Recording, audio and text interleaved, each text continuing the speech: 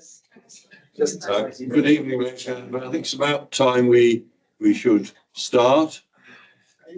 Welcome to the Handley Page 2024 lecture, a very prestigious lecture. Thank you for being here. It's co-sponsored by the Cranfield Aerospace and Alumni Association, of which I'm the president, and the Royal Aeronautics Society. I'm Professor John Fielding. Bit of housekeeping. The exits are where you came in and there.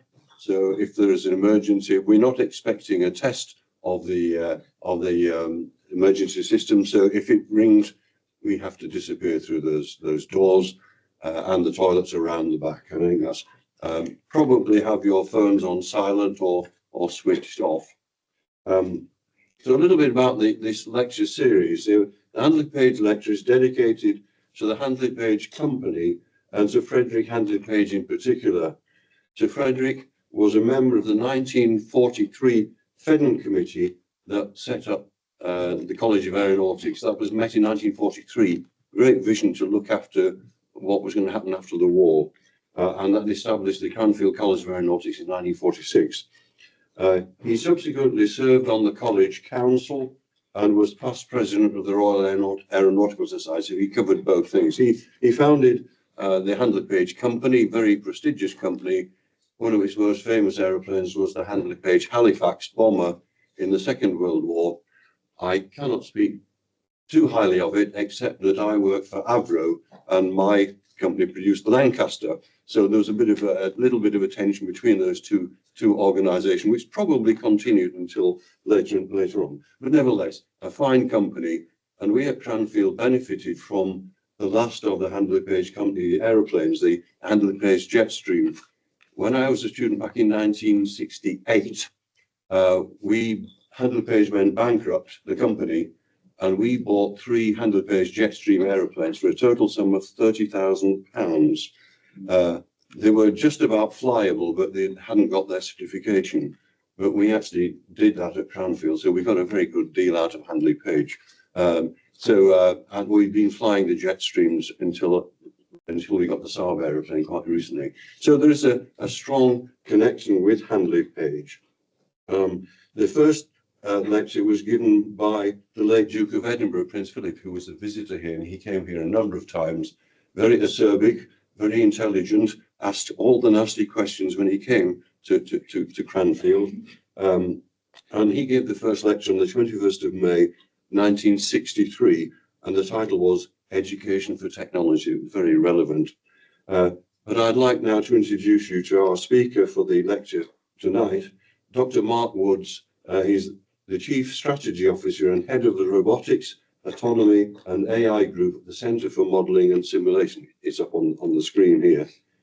Some highlights from his career. I won't do the whole lot, but he's a PhD in machine learning-based AI for robotic applications.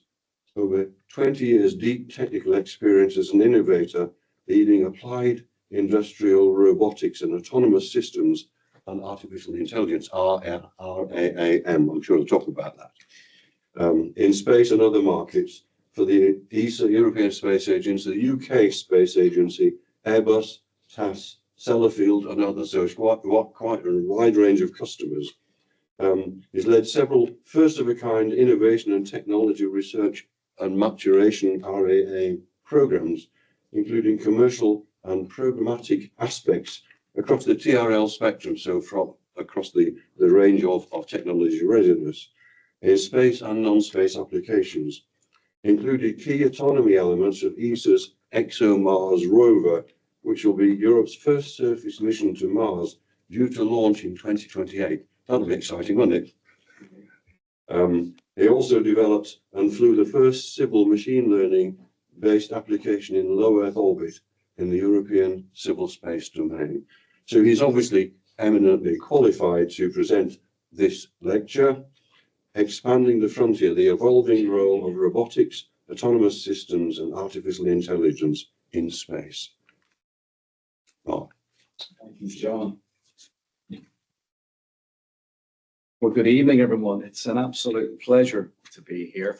My sincere thanks to the committee and also for the hospitality I've had here today from Mark and Leonard. It's been a really fabulous insight into all the good things that are happening at Cranfield.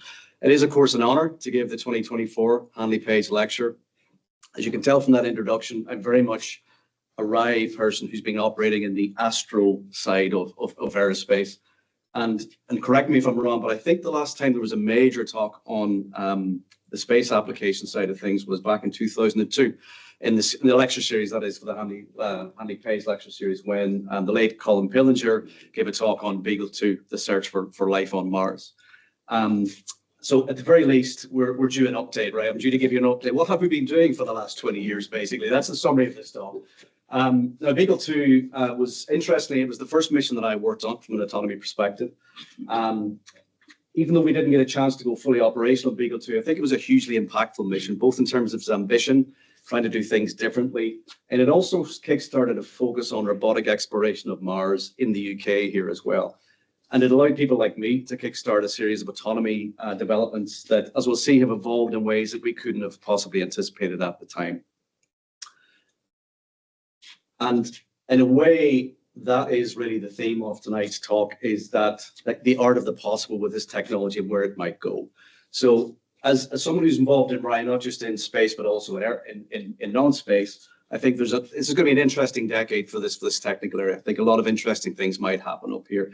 And I certainly think from an industrial strategy point of view, this could be a key enabling technique, not just AI, but the other bits around it in terms of robotics and autonomy that sit with that as well. So there's a lot of great tech being developed.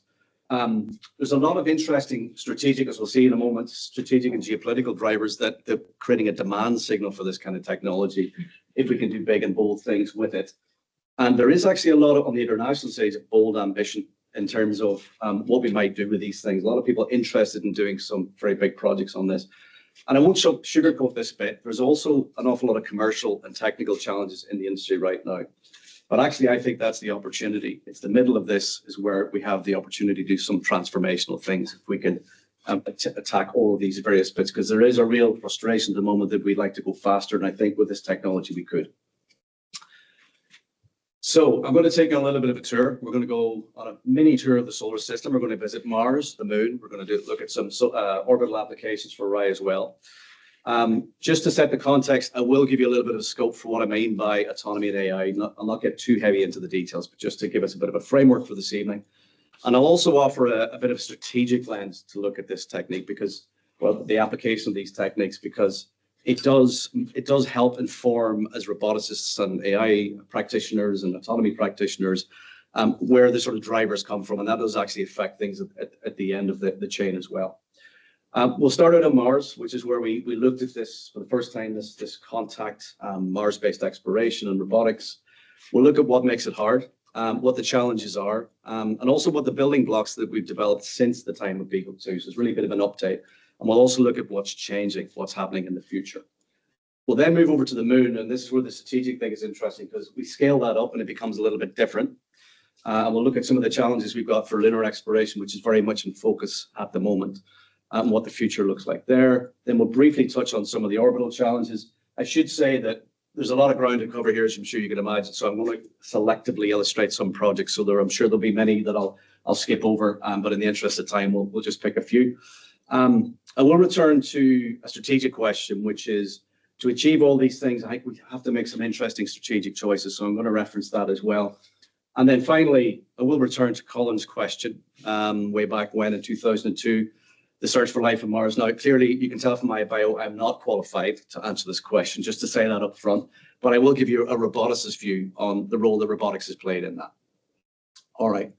Let's dig into this. So in terms of the scope for autonomy and AI, what do we mean by that? So in the space world, certainly the European Space Agency version of this, we talk about level 3 and level 4 autonomy.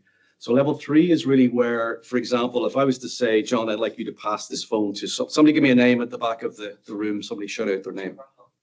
Perfect. So you're going to send that up to the back of the room. I could write out a very detailed plan, timings, actions, who to send it via. We leave the room, we come back, and let's say we're delayed. Right, so that time is shifted, so that plan is broken, okay? Or it may go the other way, we may come back early. We've got a little bit of extra time. So we want to manipulate that plan to make it fit for purpose again. That's level 3 autonomy. So we're not changing the plan, but we are adjusting timings and we're inserting other tasks because we've got extra time. That's level 3. If we came back to this room and everybody had moved and the room is even reconfigured, then the plan is completely broken, in which case we've got to come up with a new plan. So that's level 4 autonomy in the space terms.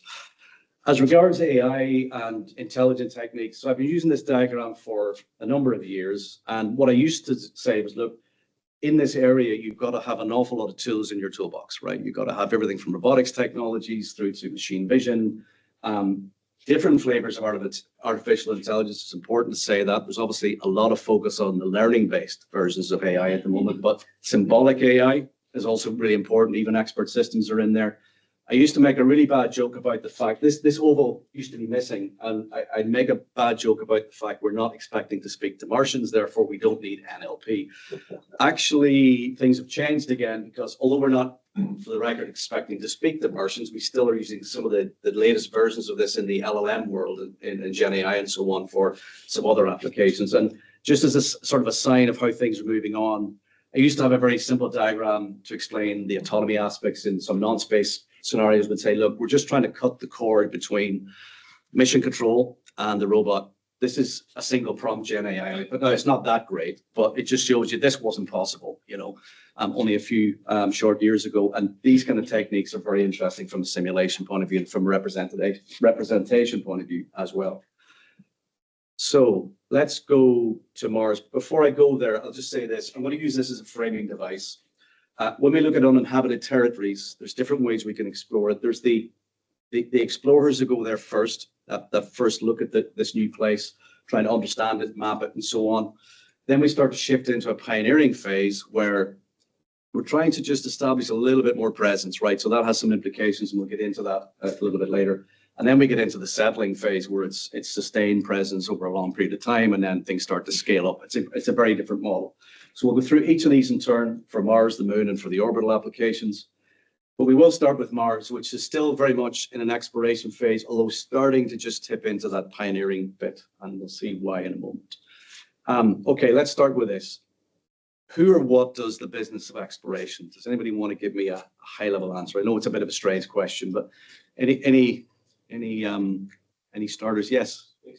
Space agencies, yeah, institutionally, that's correct. They kickstart, especially in exploration, and we'll see how that's changing at the moment. In terms of the business of doing exploration, the actual actors, if you like, any other thoughts on who that might be? Elon Musk. He is in here too. Well, not him, but SpaceX is in here. Okay, I'm going to use a simple model. It's this. All right, if you think of the terrestrial version of this, there's 3 components. There's people, obviously, people think about the scientists. There's the sailors, but there's this as well. There's the ship. Important component. These, at a very simple abstract level, these are the main actors. As we moved away from home, I've been fortunate enough to meet the Apollo astronauts over the years, and I believe Neil Armstrong, I think, got an honorary degree here at Cranfield as well. 1996, and I think he flew, right? You're there. There you go. What happened? What changed? Well, for the most part, we lost the scientists, right? For the Apollo missions, the sailors, the astronauts did most of the science. They trained in geology and all these other things to essentially do the science in situ and then bring the samples back. Apart from Apollo 17, where Harrison Smith was a trained geologist who did the work. But for the most part, it was the sailors and the ships who did the science in that case. As we move further away again and go to Mars, that changed. So guess what's left? We've lost the scientists. We've now lost the sailors. The only thing left to do that's exploration is the ship itself, right? That's the vehicle through which we must do this kind of thing. And what we learned with Beagle back in 2002, that the traditional model of controlling a spacecraft, which is essentially teleoperation, remote control, which is the model we use for a lot of space ops, was not going to work. It's a much different environment. It's more complex. It's more uncharted in many ways, and there's different types of risk in there as well from an operations point of view. And just to illustrate that, this is me with a GoPro in my chest. I'm in the Atacama Desert, and with other geologists and some engineers. We're selecting a site for a field trial, and you can see this is what exploration actually looks like from a science point of view. It's a lot of movement, a lot of analysis, a lot of modeling, a lot of iterations, and it's really interactive, iterative, and uncertain. Scientists kick things a lot. They get hammers out, and they do all sorts of. There's a lot of contact with the terrain. But effectively, these are the kind of tasks that we need to do now with our ships, right? With our robotic spacecraft. So that's kind of the starting point. Why is it hard to do it on Mars? Well, there's the obvious reason of the distance. From Earth to Mars, we've got a round trip light time direct of 6 to 44 minutes, depending on the orbital configurations that we have. Typically, though, we're not going direct. The direct comms is used more for, emergency situations or some situations. Often it's going via a relay satellite. So there's additional delays. There's quite a lot of delays between I want to do a thing, the signal getting there, the plan getting there, and execution and finding out what's happened. The other important thing to note is we have really poor bandwidth. In other words, it takes a long time to get small amounts of data back. This shows you how old I am for some people in the audience. I used to make the joke when the iPod came out that we could get, well, not a joke, but an observation that we could get somewhere in the order of 3 or 4 MP3 songs back from the spacecraft on a bad day. So that's not a lot of data if you're trying to understand the science in the area and so on. So these are 2 key constraints. So what does that mean? It means forget joysticking, obviously, because we don't have that real-time thing. But the other key thing is that in order to not just be really slow about how we move around, we have to devolve some of that decision making. So the first time autonomy had a real driver in the Mars case, because it was clear if we want to make some progress, we're going to have to start devolving some of the agency to the actual spacecraft or the ship itself, the lander in this case.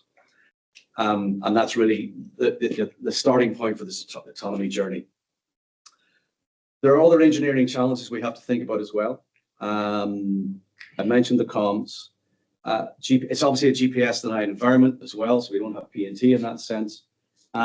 Then we get into things like mass and power and computation and memory. So mass and power is interesting, and we'll see that it affects, from a robotics point of view, your sensor choices.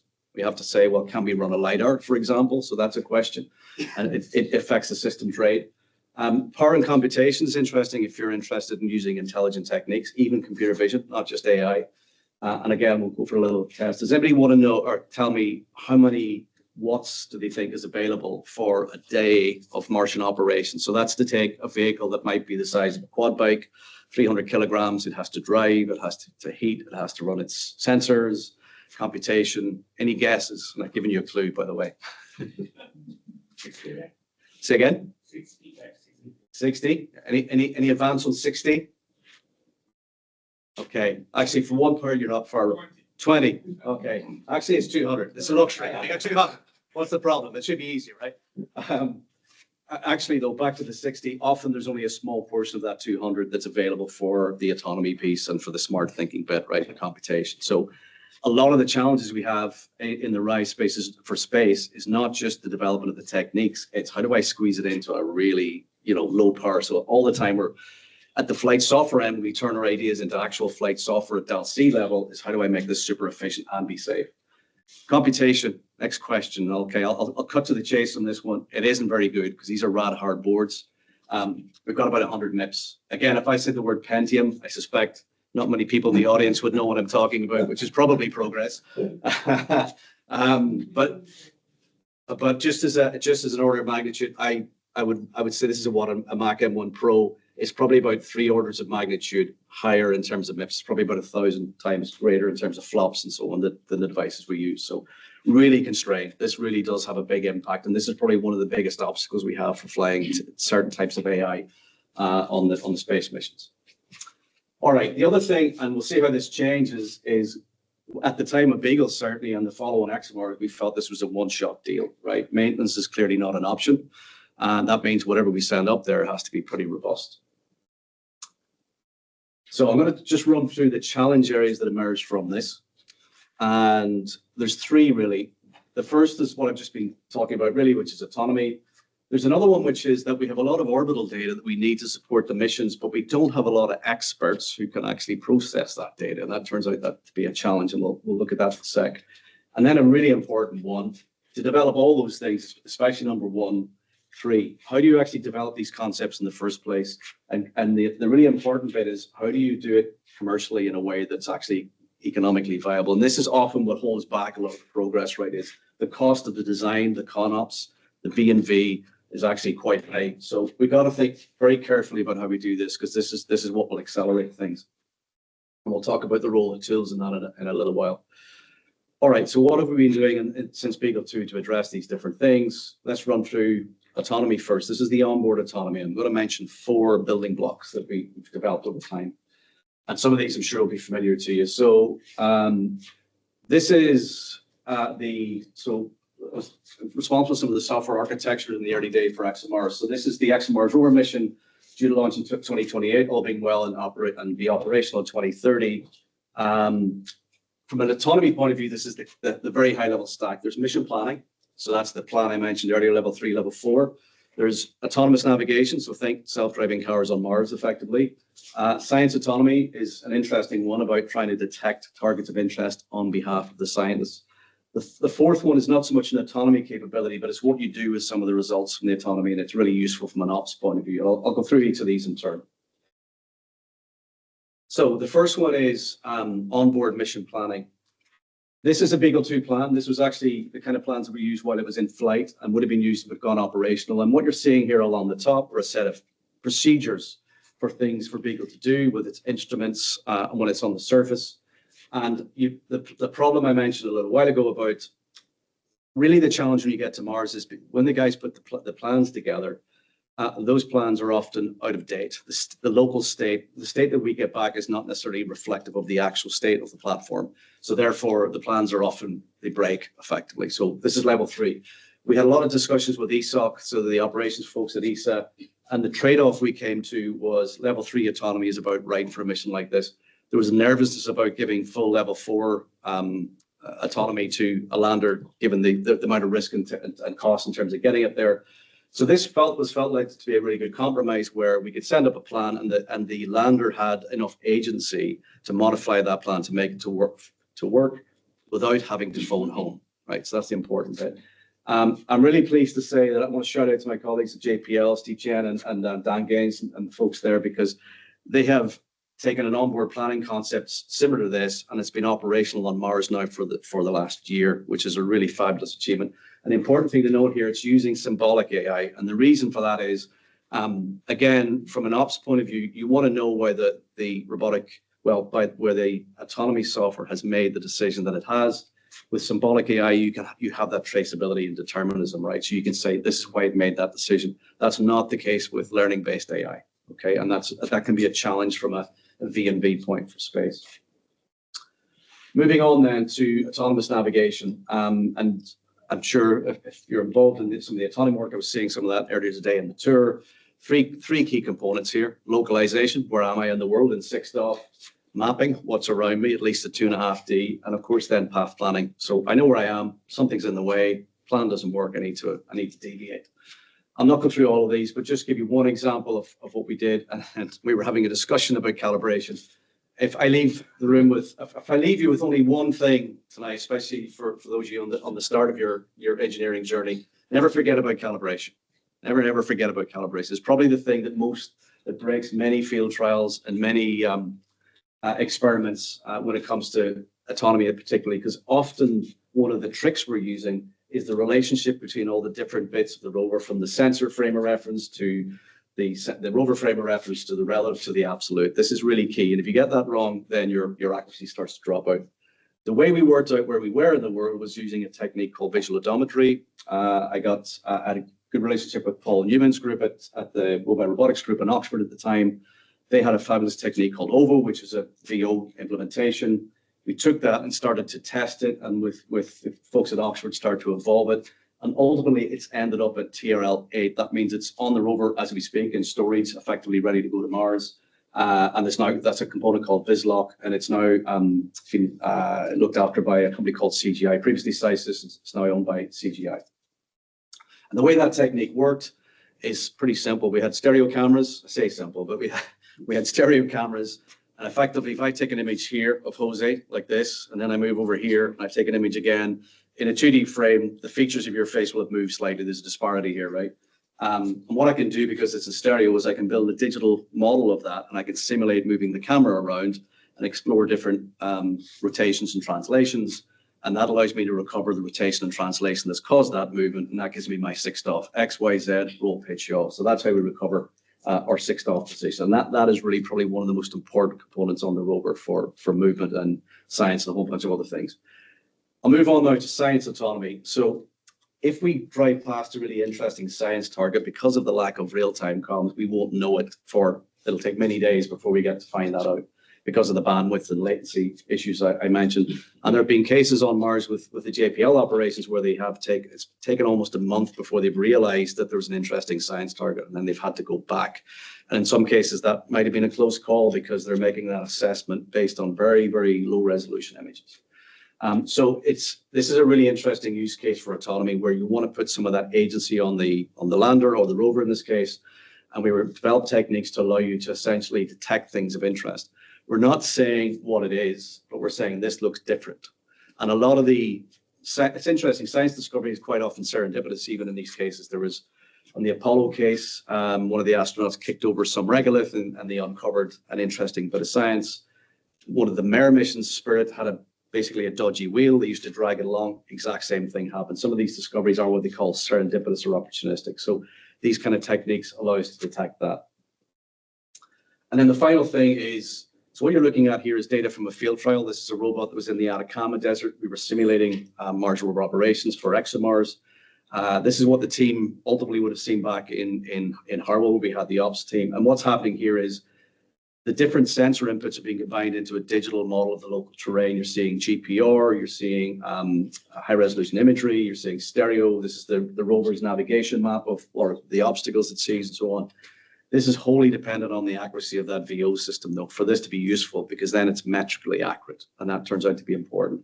And this, I was privileged enough to be able to go out physically and select the site, see what it's like from a human point of view, come back, and then watch the ops team try and explore this through the eyes of a rover. And trust me, it's a very different experience. So tools like this help them with that situational awareness.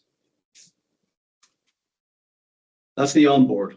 So let's move forward now, and let's look at the kind of techniques we can apply here. Okay, busy slide, but let's just walk through some of this.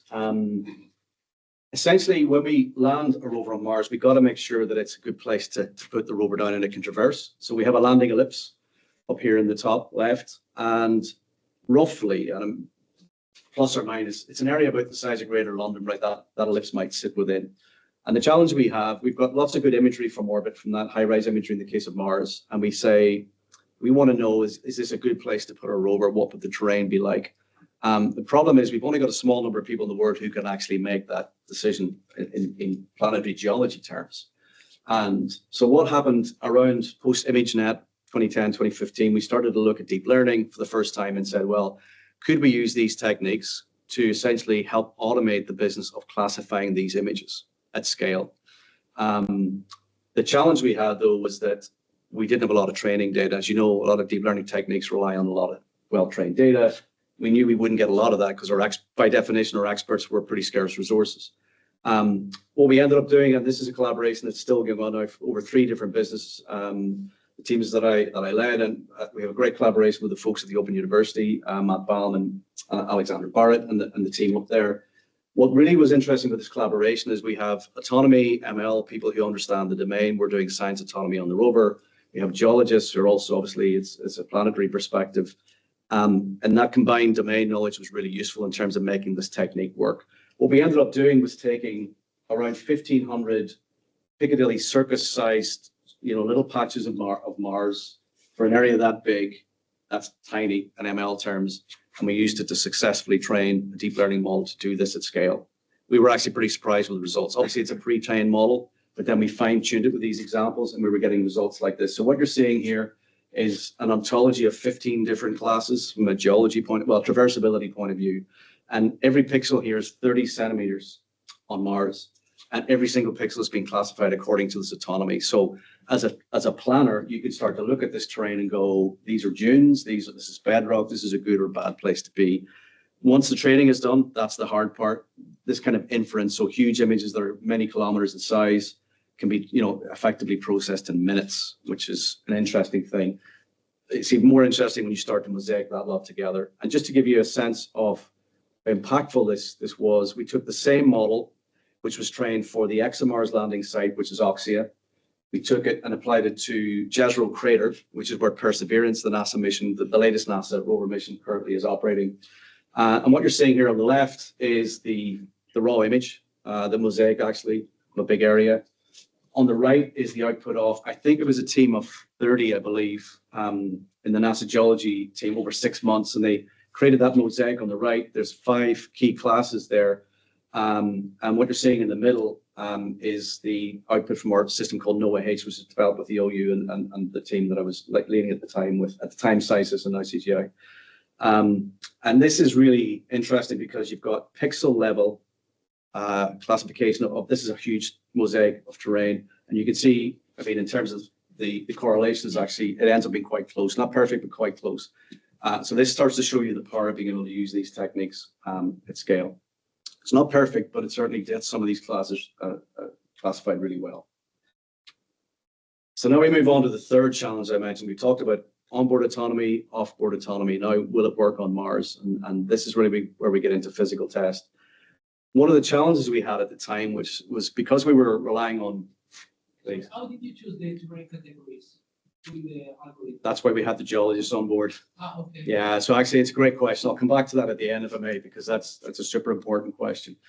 One of the challenges we had here in terms of the terrain, funny enough, was at the time it's accepted now, but at the time, well, it's accepted now, but at that time there was a concern that visual techniques, which are wholly relying on features being well detected, wouldn't work well on Mars because it's a pretty bland terrain, at least from a human perspective.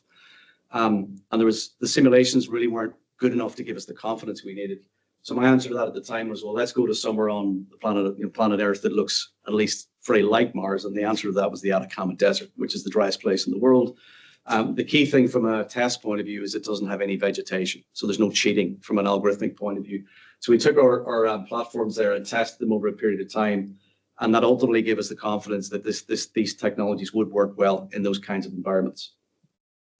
We did other things too as well. We flew drones, and this was interesting, challenging from a flight point of view because it's 1% humidity. It's at altitude, it's about 2,500 meters, 2 maybe. A lot of winds, a lot of gusty conditions. So at the time, drones were still kind of an early sort of phase, but it allowed us to explore some interesting concepts from a mapping point of view. Drones plus ground-based vehicles doing interesting things as well from an autonomy perspective. So a really, really nice opportunity to try those techniques out. Where we ended up, though, was being able to demonstrate that we could do up to kilometer scale autonomous traverses in an environment like this. Now, bear in mind that your typical Martian sol of operations currently state of the art is in the, let's say, hundreds of meters, maybe tens up to 100 to 200 meters. Okay. And so the fact that we could go for kilometers gave some confidence that we were able to do this. I'd also say actually that this was developed using a European Space Agency program called Star Tiger. It's very different than a lot of the normal studies, which is very disruptive. It's i.e. you go fast. Teams form together. They start to fail fast, learn quickly, iterate. And this was all developed in the space of less than a year. And we ended up, I think at the time, this was, I'm not sure if it's been broken, but it was the longest single drive from an autonomy point of view in the European sector. So I think this was a really good approach for moving things along. Physical tests is still important. There's been a lot more since, basically, is the short answer to this in terms of trying to validate out some of these technologies. So, and it continues to be the case today, but we'll come back to that towards the end of the presentation. And then the end result for all of this is that we've, as I say, the visual odometry work has now gone to be TRL 8, and it's now on the mission. Some of the techniques I was just looking at have been helped to support landing operations. This technology has been used for non-space applications, including aerospace, and it's also effectively candidates for future missions as well. So we've had a good run with all of this technology in terms of where it's at currently. And this is just a really poor attempt to drag people into astro here, right? This is what this is. So these are the kind of views, the ones on the right, you get out of your window. Is anybody James Bond fans in the audience? There are a few James Bond fans here. So there we go, Quantum of Solace. So that's where we were based in the European Southern Observatory. We're very privileged to be able to be there. In fact, one of the rooms that was available to us was, guess what the number was? Correct. And you can imagine there was a little bit of a bonfire over who got that room every time we went out. But fabulous place to be, a real privilege to do some work out there, and absolutely perfect for robotic field trials, I should say as well. Okay, where are we now? Things are changing a little here. So just before I go there though, this has kind of been the timeline of so NASA have had a great run with Spirit and Opportunity, the MER rovers, Curiosity, and now Perseverance. What's next is Mars sample return. So Perseverance is currently collecting samples in sort of 30-centimeter order test tubes. The idea is that they will be collected by another mission, the Fetch rover, perhaps put on an ascent vehicle, launched into orbit, captured, and then brought back to Earth for laboratory analysis. Super, super ambitious kind of mission. Some doubt over when that might happen. Obviously, we've had a change of administration politically in the US and so on, but that's the next objective. ExoMars, I've already mentioned. And also, we've got China looking to do an MSR mission also in 2028 as well. So you can start to see the geopolitical canvas starting to expand here. What's interesting now is this shift, and you'll see this as we go to the moon for commercial deployments of missions. So NASA realized they need to increase the cadence of the missions that they have, and they need to reduce the cost. And one way to do that is to start to outsource the business of putting orbiters and robots and landers on Mars. And they've started this process. And this is an interesting number. Obviously, there's a bit of a delay here with this, but $79 million. Beagle 2 is around £40 million back in 2002. Actually, probably a lot more, but there's some in kind in there. But you've got to remember that some of the big institutional missions would be in the order of 800 to 1 billion, right? So putting a couple of orbiters around Mars for this is quite a relatively small number. What interests me from a robotics point of view is this perhaps gives more opportunities for testing effectively on Mars this time, right? So that's interesting. That helps us accelerate the business of technical maturity. And here it is. Obviously, SpaceX have ambitions to do things on Mars. A little unclear about when some of these things will happen, but of course, they're definitely thinking about that and in the mix, and we can see that with Starship and so on. Let's move on now. We've done Mars, so let's move on to the moon. And here we're going into pioneering territory. What does that look like? So simply put, it's about going back, but this time staying a little longer, more sustained presence. And also this other bit's important, creating a supply chain and building a supply chain. The reasons are several, strategically and geopolitically. Science, this is a stepping stone to get to Mars. We've now got astropolitics, obviously at play here. Defense, well, space, as they say, is the ultimate high ground. So this is an interesting piece of real estate, right? This is geopolitically important. So people are interested in having some presence there. Because of all that, there is a commercial interest in creating the infrastructures that are required to enable that. So there's basically lots of investment going into this area, particularly on the moon, to try and enable all this sort of stuff. And what's different from the Apollo case is during Apollo, we kind of went, did some things and came back. This time it's about going there and effectively living off the land, staying a bit longer, building an economic supply chain. We've got to think about power sources, volatiles to recover, hydrogen, O2, H2O, and all those good things to help support human presence on Mars, and also these commercial aspects that I mentioned. The plan that's currently with NASA is, these slides are slightly out of date, but just broadly speaking, the plan is to have Artemis 3 deliver boots on the ground for the first time since back in the 70s. And then we would have another phase of building this more permanent presence and so on. Throughout this is netted robotic missions. Basically, you need robotics and autonomous robotic missions to help achieve these kind of goals. So there's a number of missions embedded within this. I'm interested in what that environment's like because this starts to influence my system design, my center choices, the technology choices. And recently, I think there was 13 sites have been down selected now to 9. And I'll play a little video. The audio will be muted on this, but I'll just talk to it. So this is really looking at the environment because I want you to sort of get a sense of what operationally that would look like from a robotics point of view as we move into the environment. So what is changing is that we're moving from I don't know if anybody remembers from the Apollo era, we're kind of in the middle of the moon, roughly speaking, and around that equatorial region. Now we're starting to move to the South Pole. There's a lot of interest there, primarily because a lot of the areas in the South Pole have been shaded. Therefore, there's water ice in there. If there's water ice in there, then that gives us a potential source of energy, H2O for human presence and all those good things. But what you're starting to notice here is an interesting lighting environment. Okay, so this matters when you're trying to build, lighting-based systems and so on. This is the 13 sites here. But as we'll see in a second, if we shift from that pan view down onto this is on top of Shackleton Crater, the South Pole. This is what this is a simulation, obviously, what it might look like. And you can see the conditions are pretty harsh from a lighting point of view, right? A lot of deep shadows. Basically, the sun just sort of, and the earth sort of bobs along the horizon for most of the time. So we get this high contrast conditions. And that's before we go into the craters, which are dark, and we want to go into those craters and mine things. So this is, I actually think, quite a challenging environment. What's also interesting this time, I mentioned tens, 100s of meters from a Mars case. Now we're starting to look at tens of kilometers in unpressurized rovers. We're going out to potentially 100s if we're in tandem mode with pressurized vehicles. So the range has just gone up. So what does all that mean? It means from a robotics point of view, all of a sudden I've got a lot of tasks to deal with that are different as well, right? We've got long range, we've got nighttime ops, we've got these really contrasting conditions. Interestingly, we have teleoperation, but we also still have that need for autonomy because we're doing a lot of real-time work, which is complex, and we won't always have reliable comms, especially if we go down into the craters and so on. So there's mixed initiative autonomy, as we call it. And another interesting thing is we start to look at collaborative, cooperative, different modes of autonomy as well. So that's interesting. That starts to become another set of agent-based work that we have to do. So this is a really rich environment for development. And also, again, that commercial aspect has come into that. NASA has the CLIPS program, which is, again, motivated to, the idea is to try and increase the cadence of missions that land on the moon, keep a continual cadence going. And again, that means opportunities to test and develop. And the European Space Agency has plans for Argonaut, which is a really large lander which could develop, or which could land a pretty chunky payload of around 1,800 kilograms. So again, this gives us lots of options as well.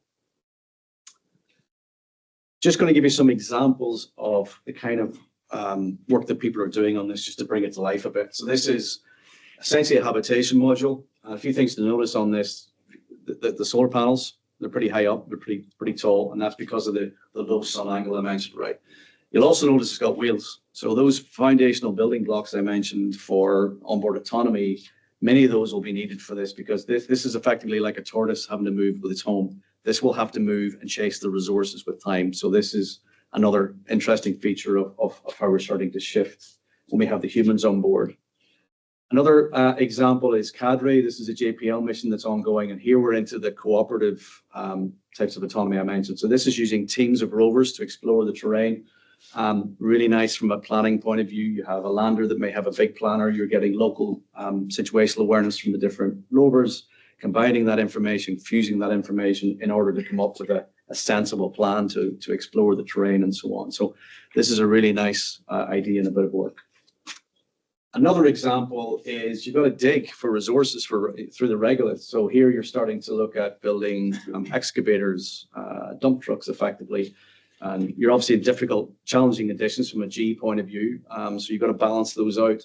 Some very interesting control problems in here. Sensing is super important in the way that you do that. So just again, a sense of the challenge of trying to do this. Also, by the way, the lunar environment, the dust is super abrasive, right? So there's additional challenges there from a maintenance point of view, and especially when it comes to the sensors. And the European Space Agency has plans also to deliver large rover platforms. This is actually a tender that's live at the moment. They've put out a tender for a series of studies for a lunar, planetary, and scouting rover.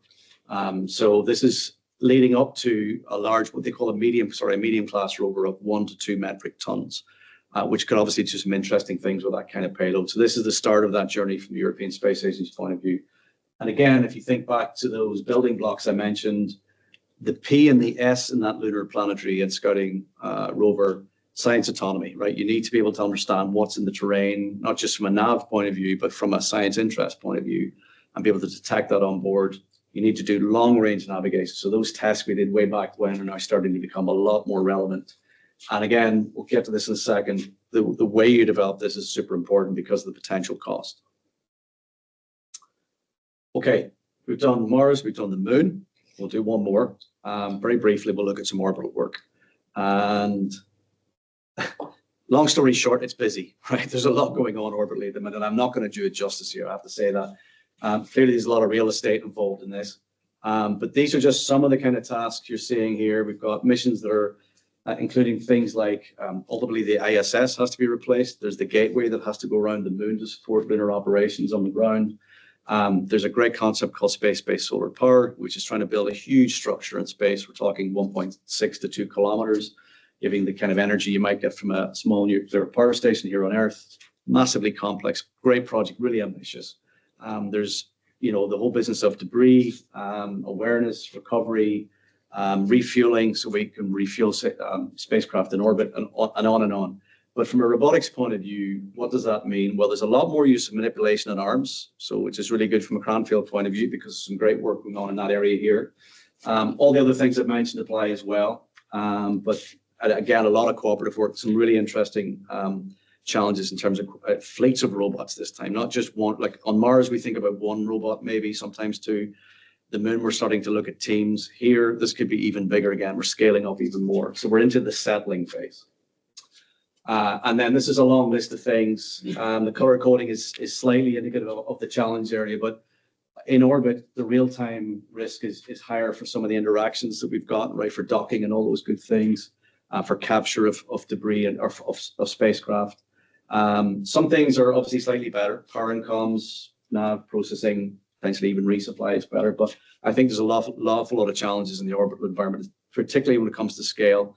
I think that's really, really interesting and challenging. And just as an example of that, I'm really pleased to say that CFMS are working with Cranfield, with Leonard's group and work here. So this is on a project called RAeS. It's led by Airbus Defence and Space for the European Space Agency. And we're looking at this challenge of how do you assemble large structures of space using the kind of Mario arms that we've got here at Cranfield. And I think what's interesting about this, bringing that settling part of the framework into play here, is no longer are we just trying to build a very special end effector, let's say, to support capture and docking. We have to maybe mass manufacture these and keep the cost down. That really starts to influence the design choices we make. It's not just about solving the problem and throwing a bit of money at it. Now we have to factor in those economic aspects in a slightly different way as well. So that does change how we do things. So this is really exciting. This has just kicked off. So we're really looking forward to doing more of that. Okay, I'm going to come back to this question of will it work on Mars and how do we address that going forward? I'm going to make a strategic case for tools because I think this is important. And that, by the way, includes the stuff that's happening here in Cranfield. So if you look at the priorities strategically within the UK at the moment, these are some of the things that are on that list. They're sort of capability level sort of things. I would say, in addition to the what, you've got to look at the how we deliver these things, because we are in a very competitive landscape internationally. You obviously have to have the underlying excellence in whatever capability area, like RAAI in this case. But we also have to now think about the way we execute on that. And that's fast learning is important in there. Exploring solution spaces a lot more quickly. The process has to support that. There's no point saying that. You actually have to have a process that's light enough to support that. So the kind of Star Tiger idea I mentioned in the past speaks to that. And I also think there's a real case here for a different type of tools and even facilities to support this as well. And of course, you also need sustained commitment. This will not happen overnight. And then just as a little bit of an example of that from another word, we're all familiar with the AI story, right? It's in the news a lot these days. Has anybody heard of these guys, by the way, in the audience? ASML? Lots of, yeah, we've got one, and we've got lots of lots of nuns, right? So obviously people are familiar with Microsoft, OpenAI, NVIDIA, big part of that success story. This is the thing that really enabled it, right, with EUV technology for etching at super small scales, right? And these guys were, I love this bit from the BBC. Initially, the BBC were saying they're a very relatively obscure Dutch company, and these guys had it printed on their t-shirts. And then a few years later, when they became actually the most valuable company on the European stock market, BBC, the viewers will take that one back. These guys are clearly doing something important. They're super geopolitically important as well. This is a strategic asset in Europe, So the point is, of course, is that tools are the unlock for a lot of these things. So it's worth bearing that in mind. This is a slide from a previous presentation, but just to make a point, there's a lot of bold ambition in the industry at the moment from across all the different parts. And if I go through all this list just to get to the bottom, to the point in a way, these are all the things we're trying to do. This is typical of space, the top line. This is what's happening because of the commercial aspects. We're having to develop things that are really complex in a very fast time frame. Convincing investors is now part of that thing as well. Bottom line is a very small number of people have to do even more complex things with even more commercial constraints. That's challenging. They need help, in my view, with that. And one of the things we got to do, and this is hot off the press, literally, pardon the pun, from SpaceX yesterday, I think, is accelerate the TRM maturation we have for this. This is a really important thing. So we need help with that. How do we do that? Well, one way is tools. As someone who spent a lot, well, many weeks in physical environments testing robotic systems, love it, but it ain't going to scale for the kind of challenges that I've been just outlining in the previous part of the talk. We're going to need to rely more in the digital space. We're going to have to look at virtual innovation, and we're going to have to use data center enabled tools to do this as well, and other facilities. It's the only way we're going to address this to keep the economics in check. And therefore, I think you need to elevate tools and facilities up here alongside these big ticket things that are currently the focus. I think this can get you a good return on investment. If you get this right, you could end up doing a lot of very interesting things because it is cross-sector. It enables all these things as well. So I think this is a useful thing to bear in mind. And again, the long-term commitment thing is important, right? Obviously, people, chopsticks, it's attractive. People see what happened there. But bear in mind, this journey started back in 2006, three failures before we got to, the guys got to a success. Lots of good successes along the way, but it does take a long-term commitment. And the same is true for ASML. That's a 17-year investment of over 6 billion euros, I think, to get to the point where they had the tech they had. So a lot of close calls along the way. So this is important. Make that bet and then stick to it as well. And at CFMS, we're also doing that. We're investing in some of these ideas. We've won contracts in the UK Space Agency to develop what we think is the first dedicated space data center of its kind. You can literally lift the lid on that space data center, put in robots, put in flight hardware. It's a pretty unique resource for testing for space applications. The other thing we're doing is next generation simulation. I mentioned the challenges we have with things like ExoMars and the simulation not being, if you like, high fidelity enough to allow us to do huge scale testing. We're going to change that by developing a set of simulators that can hopefully give us very highly representative techniques, exploiting in the future techniques like GenAI to help with that as well. The key point is we have a small number of people in the teams who can explore lots of concepts quite quickly and efficiently. And just to give you an idea of what that might look like and how we're moving things along, again, this is work we're doing with our friends at the OU. I mentioned this example in the past where we effectively did this. We had this really nice result from using deep learning for a patch on Mars, a very significant patch on Mars, but still a patch. So here, right, that size is greater, a bit bigger than Greater London. We've moved up a notch and said, well, why don't we do this now and start looking at the planet? Because why not? We've got a big computer, we have a data center at CFMS, we have the technology. The question is, will it work at this scale? And here's some results just hot off the press. This will be announced at AGU shortly in the next few weeks, I believe. So what you're looking at here is the image. So you've got an input image, which you can see these ripples and dunes. Hopefully you can just see a little bit of that. The overlay in red is the automated detection of those dunes. The thing on the left with the diamond, the red diamond, is the aggregation of the cardinal direction of those dunes, which tells us about the wind behavior in that region. All of those diamonds this is planetary scale classification of high-rise imagery, telling us an awful lot about how the wind's behaving on Mars, which helps us validate environmental models and a whole bunch of other things. Bear in mind, back in the Beagle days, we were looking at a small area. Now we're looking at the entire planet from a scale point of view. This is what we can do with these tools. Now, I want to emphasize we're still at a fairly primitive level, but this is the start, I think, of a bigger journey. And I should say we're also using this in aerospace in manufacturing applications. It's a bit more commercially sensitive, but these same ideas are being used for inspection in those environments as well. I'm happy to talk about those offline. Okay, I'm going to return and close out that question that we had with Beagle 2. Is there life on Mars? Again, for emphasis, I'm not qualified to answer that question. And the reason there's a lot of text on here is the ultimate get out of jail card, right? There's plenty of quote marks. Well, there's a few quote marks, but what we can say is that recently they found some samples that, I think this is the interesting bit really, the first time evidence of water plus organic compounds plus a possible energy source for microbial life have been found together. So potentially that could be an interesting sample. But the important bit is on the confirmation of life scale, that's step 1 out of 7. The only way you can get to 7, our sample return, bring those samples back and figure out in the labs here on Earth if that's the case, okay? But the point I want to make here is that going back to the start of my presentation, the thing that's allowed us to get to even this possibility, it's been the ships. It's the robots that allowed us to do that in the absence of humans, okay? Now, I actually believe we could do an awful lot more if we dial up the autonomy and go faster and do a lot more. But it's just to give you a sense of what we're able to do with the devices. So there's 25 samples on Mars being ready to be collected right now. So that's where we are. And I think I just want to close out with this.